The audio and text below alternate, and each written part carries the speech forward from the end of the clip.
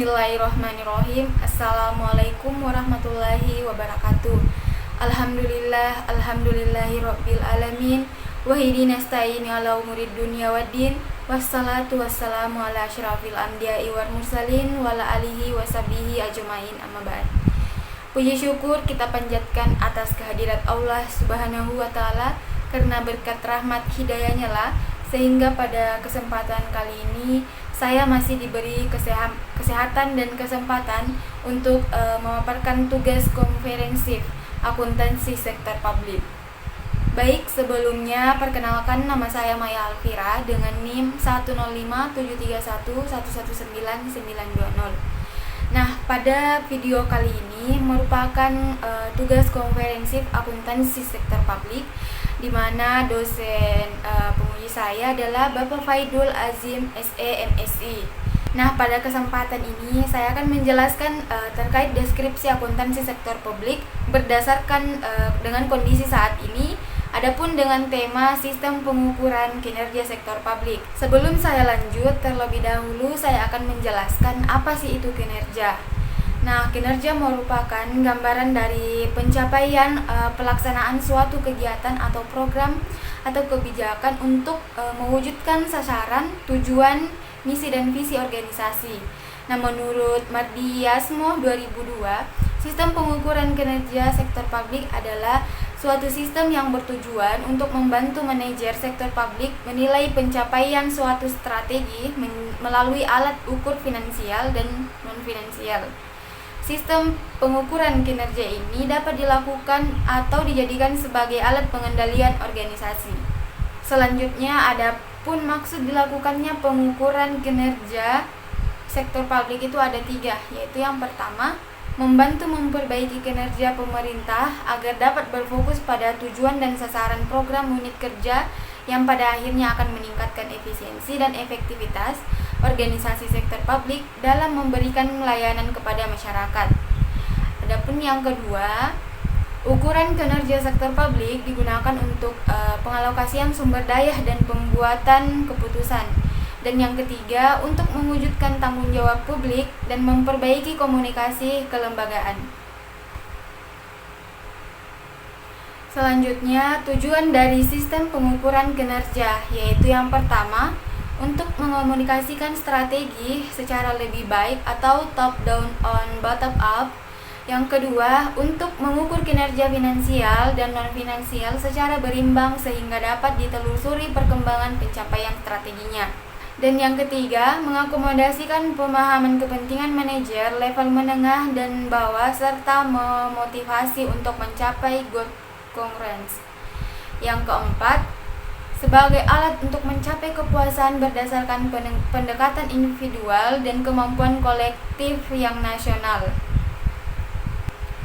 Selanjutnya, ada beberapa manfaat dilakukannya pengukuran kinerja, yaitu yang pertama, memberikan pemahaman mengenai ukuran yang digunakan untuk menilai kinerja manajemen, dan yang kedua, memberikan arah untuk mencapai target kinerja yang ditetapkan, dan yang ketiga, untuk memonitor dan mengawasi pencapaian kinerja dan membandingkannya dengan target kinerja serta melakukan tindakan kolektif untuk memperbaiki kinerja. Nah, selanjutnya, bagaimana kesulitan dalam menghadapi kinerja satuan organisasi kerja dapat mempengaruhi persepsi masyarakat terhadap nilai pelayanan yang diberikan oleh pemerintah, terutama dalam konteks demokratisasi. Kinerja satuan organisasi atau kerja banyak menjadi sorotan akhir-akhir ini, terutama sejak timbulnya iklim yang lebih demokratis dalam pemerintahan.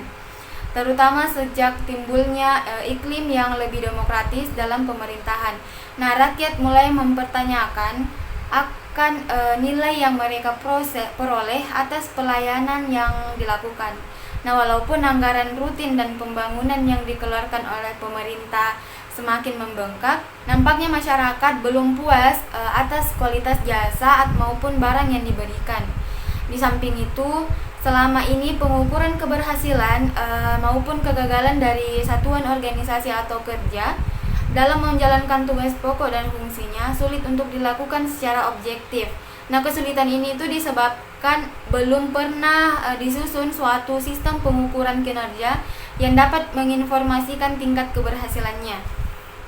Kesulitan lain adalah pengukuran tingkat kinerja satuan organisasi atau kerja lebih ditekankan kepada kemampuannya dalam menyerap anggaran. Dengan kata lain, satuan organisasi atau kerja dapat dinyatakan berhasil apabila menyerap 100% anggaran pemerintah. Nah, walaupun hasil maupun dampak yang dicapai dari pelaksanaan program tersebut masih berada jauh di bawah standar. Oleh karena itu, sudah mendesak untuk disusun suatu sistem pengukuran kinerja yang dapat memberikan informasi atas efektivitas dan efisiensi pencapaian kinerja satuan organisasi atau kerja. Nah, di dalam sistem pengukuran kinerja akuntansi sektor publik, ini tuh mencakup sistem pengukuran kinerja keuangan dan non-keuangan dan menggunakan langkah-langkah seperti pengukuran kinerja menggunakan konsep value for money atau VFM untuk mengukur efektivitas pengelolaan sumber daya publik, di mana value for money ini merupakan sebuah konsep dalam pengukuran kinerja. Value for money yaitu indikator kinerja sebuah sektor publik yang memberikan informasi apakah anggaran atau dana yang dibelanjakan menghasilkan suatu nilai tertentu bagi masyarakatnya. Adapun beberapa indikator yang dimaksud dari value of money adalah yang pertama, ekonomi. Ekonomi di sini itu terkait analisis sejauh mana organisasi sektor publik dapat meminimalisir input resource yang digunakan, yaitu dengan menghindari pengeluaran yang boros dan tidak produktif. Dan yang kedua, efisiensi, di mana merupakan perbandingan output input yang dikaitkan dengan standar kinerja atau target yang telah ditetapkan. Pencapaian output yang maksimum dengan input yang rendah menunjukkan efisiensi.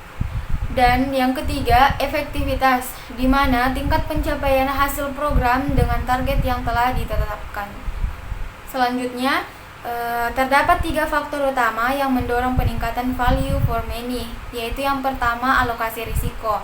Dengan adanya alokasi risiko dalam skema pengadaan PPP adalah faktor utama yang menjadikan PPP menjadi VFM yang lebih tinggi dari pengadaan konvensional.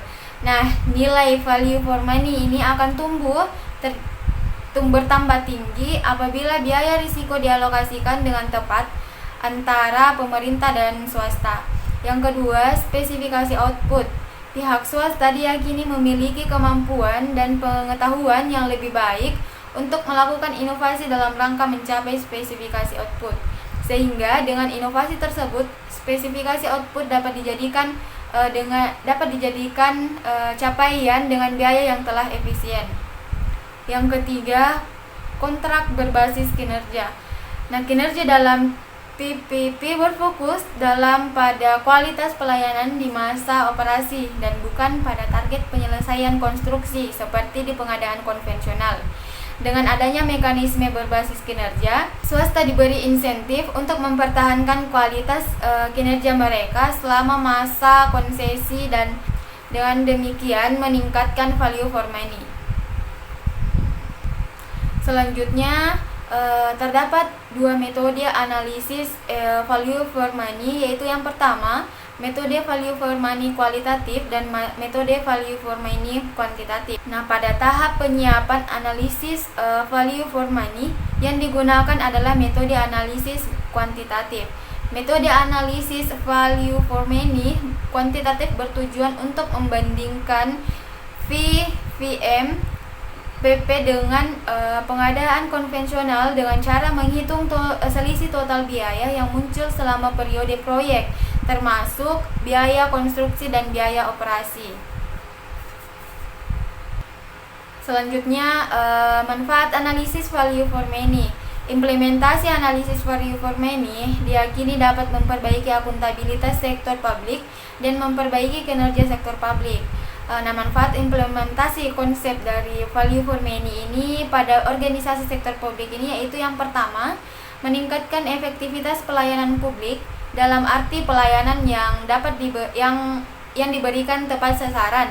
Dan yang kedua, meningkatkan mutu pelayanan publik. Dan yang ketiga, menurunkan biaya pelayanan publik karena hilangnya efisiensi dan terjadinya penghematan dalam penggunaan input. Dan yang keempat, alokasi belanja yang lebih berfokus pada kepentingan publik, bukan golongan atau kelompok tertentu. Dan yang kelima, meningkatkan kesadaran akan dana publik atau public cost awareness sebagai akar pelaksanaan akuntabilitas publik.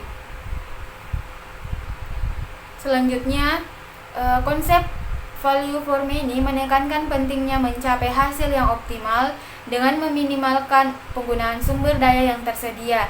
Nah, dalam konteks pemerintahan, hal ini tuh bertujuan untuk memastikan bahwa setiap dana yang dihabiskan memberikan nilai terbaik bagi masyarakat. Di samping itu, pemerintah telah menetapkan berbagai target untuk meningkatkan penerapan konsep value for money dalam pengukuran kinerja sektor publik. Nah, berikut ini adalah beberapa capaian yang mungkin terjadi. Yang pertama, transparansi pengeluaran publik. Pemerintah telah meningkatkan transparansi dalam pengeluaran publik dengan penerapan sistem VMV, dengan menerapkan sistem value for money. Nah, pemerintah berkomitmen untuk memperkuat mekanisme pelaporan dan pemantauan yang memungkinkan pemangku kepentingan untuk melacak penggunaan dana secara lebih terperinci. Ini memungkinkan masyarakat untuk melihat bagaimana uang pajak mereka digunakan dan apakah pengeluaran tersebut memberikan nilai yang sesuai. Dan yang kedua, penilaian kinerja program, di mana selain itu pemerintah berupaya untuk meningkatkan partisipasi masyarakat dalam proses pengukuran kinerja dengan konsep value for money. Target ini melibatkan pembangunan mekanisme partisipatif untuk yang memungkinkan masyarakat untuk memberikan masukan dan umpan balik tentang efektivitas program dan kegiatan pemerintah. Hal ini diharapkan dapat meningkatkan akuntabilitas pemerintah dan memperkuat hubungan antara pemerintah dan masyarakat. Dan yang ketiga, peningkatan akuntabilitas. Ini mencakup pembentukan kebijakan yang lebih berorientasi pada hasil serta penegakan aturan yang ketat terkait dengan penggunaan dana publik. Pemerintah juga bertujuan untuk memperkuat kontrol internal dan eksternal guna memastikan bahwa sumber daya publik digunakan secara efisien dan efektif. Yang keempat, penghematan biaya, di mana peningkatan efisiensi pengelolaan sumber daya publik juga menjadi fokus utama pemerintah. Target ini melibatkan identifikasi dan eliminasi pemborosan serta peningkatan penggunaan teknologi untuk meningkatkan efisiensi operasional. Dengan demikian, diharapkan bahwa lebih banyak dana dapat dialokasikan untuk program dan kegiatan yang memberikan dampak positif yang lebih besar lagi bagi masyarakat. Dan yang kelima, peningkatan layanan publik. Dengan fokus pada nilai bagi uangnya, pemerintah dapat memastikan bahwa pelayanan publik yang diberikan kepada masyarakat menjadi lebih baik. Mereka dapat mengalokasikan sumber daya dengan cara yang memaksimalkan manfaat bagi penduduk. Selanjutnya, yang keenam, peningkatan pengambilan keputusan. Sistem value for money menyediakan data dan informasi yang penting bagi pembuat keputusan dalam pemerintah untuk membuat keputusan yang lebih baik terkait dengan alokasi sumber daya dan pengelolaan program-program publik. Dan yang ketujuh, peningkatan efisiensi organisasi. Melalui penilaian value for money, pemerintah dapat mengidentifikasi area di mana proses dan praktik manajemen dapat ditingkatkan untuk meningkatkan efisiensi dan produktivitas organisasi secara keseluruhan. Dan yang kedelapan, pengawasan dan evaluasi. Pemerintah juga memiliki target untuk meningkatkan evaluasi dan pengawasan terhadap program dan kegiatan pemerintah. Ini tuh mencakup penyedia sumber daya yang memadai untuk melakukan evaluasi yang menyeluruh terhadap efektivitas dan efisiensi dari berbagai inisiatif pemerintah. Nah, dengan demikian, keputusan pengelolaan sumber daya publik dapat didasarkan pada bukti yang lebih kuat dan analisis yang lebih mendalam. Selanjutnya yang ke-9, peningkatan pertanggungjawaban masyarakat. Pemerintah juga dapat meningkatkan tingkat pertanggungjawaban masyarakat terhadap penggunaan uang publik. Hal ini dapat menghasilkan partisipasi yang lebih aktif dalam proses pengawasan dan pengambilan keputusan. Dan yang ke-10, perbaikan proses perencanaan dan pelaporan. Melalui penggunaan sistem value for money, pemerintah dapat memperbaiki proses perencanaan dan pelaporan anggaran publik. Ini dapat membantu memastikan bahwa sumber daya dialokasikan dengan benar dan hasilnya dicatat secara akurat. Semua capaian ini merupakan bagian dari upaya pemerintah dalam meningkatkan pengelolaan sumber daya publik melalui sistem value for money yang efektif. Baik, itulah yang dapat saya sampaikan. Terima kasih atas perhatiannya dan mohon maaf atas segala kekurangan saya dalam menyampaikan informasi terkait pada kondisi saat ini. Saya akhiri. Terima kasih. Assalamualaikum warahmatullahi wabarakatuh.